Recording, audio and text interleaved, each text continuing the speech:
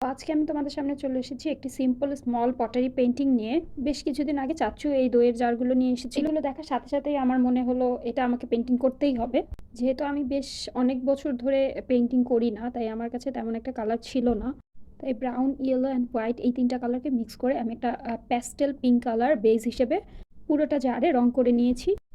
এবার হচ্ছে আমাদের ডিজাইনের পালা। আর ডিজাইনের জন্য আমি এখানে ৫টা ভিন্ন ভিন্ন রং নিয়েছি। তোমরা এখানে তোমাদের পছন্দ অনুযায়ী যে কোনো রং ব্যবহার করতে পারো।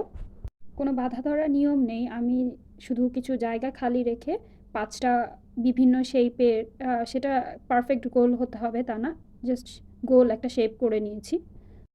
তারপর মেটালিক একটা গোল্ডেন মার্কার দিয়ে বৃত্তগুলোর উপর বিভিন্ন রকম ডিজাইন করে দিলেই হয়ে গেল আমাদের ছোট্ট সিম্পল পটারি পেইন্টিং।